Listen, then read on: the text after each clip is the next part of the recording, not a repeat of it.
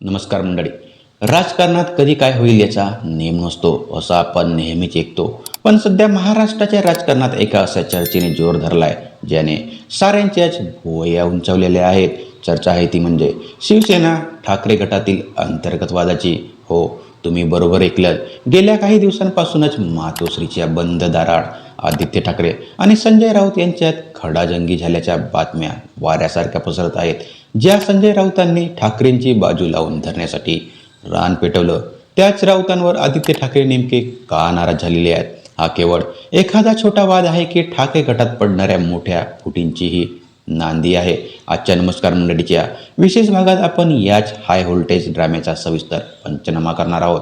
Video शेवटपर्यंत पहा, कारण यात लपलंय उद्धव ठाकरेंच्या शिवसेनेचे भविष्य. नमस्कार मंडळी, मी गंगाधर तित्रीमारे. मंडळी, हा वाद अचानक उद्भवलेला नाही. सूत्रांनी दिलेल्या माहितीनुसार एका महत्त्वाच्या बैठकीत जागा वाटप आणि पक्षाची रणनीती यावरून खडाजंगी झालेली आहे.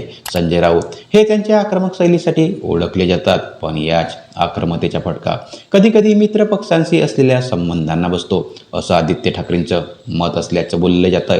महाविकास आघाडीमध्ये जागा वाटपाचा तिढा सोडवताना राऊतांनी घेतलेली ठाम भूमिका आणि सोशल मीडियावर केलेले काही विधान आदित्य ठाकरेंना टोचलेले नाहीत आहेत.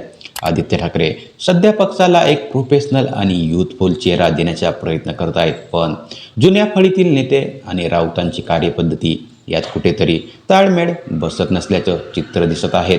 आता थोडं खोलात जाऊन पाहूया, कारण संजय राऊत हे उद्धव ठाकरेचे सर्वात विश्वासू शिलेदार मानले जातात. संकटाच्या काळात त्यांनी पक्षाची धुरा सांभाळलेली, पण नव्या दमाचे आदित्य ठाकरे आता स्वतःचे निर्णय स्वतः घेऊन पाहत आहेत. पण मिळालेल्या माहितीनुसार बैठकीत आदित्य ठाकरेंनी थेट प्रश्न विचारला की प्रत्येक गोष्ट मीडियासमोर नेण्याची काय गरज आहे?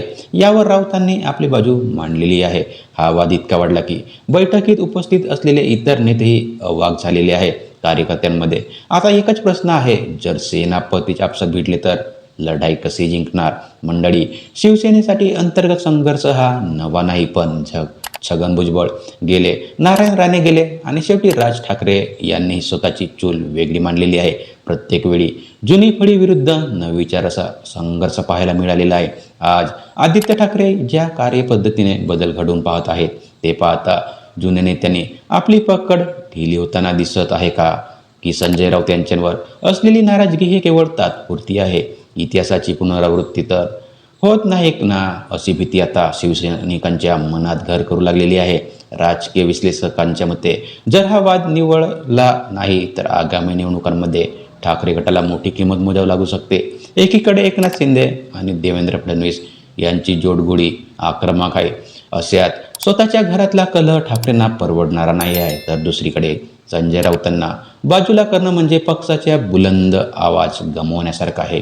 त्यामुळे उद्धव ठाकरे आता या वादात काय भूमिका घेतात याकडे सर्वांचे लक्ष लागलेले आहे. ते मुलाची बाजू घेणार की आपल्या जुन्या मित्राची? तर मंडळी, हा होता आदित्य ठाकरे आणि संजय राऊत यांच्यातील कथित वादाचा सविस्तर आढावा. तुम्हाला काय वाटतं? संजय राऊतांची आक्रमक शैली पक्षाला तारणार की मारणार? आणि आदित्य ठाकरेंनी घेतलेली भूमिका योग्य आहे का?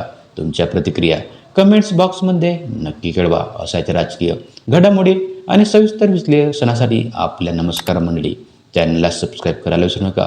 भेटूया अशाच एका माहितीपूर्ण विषयासह. तोपर्यंत पाहत राहा नमस्कार मंडळी. तोपर्यंत धन्यवाद.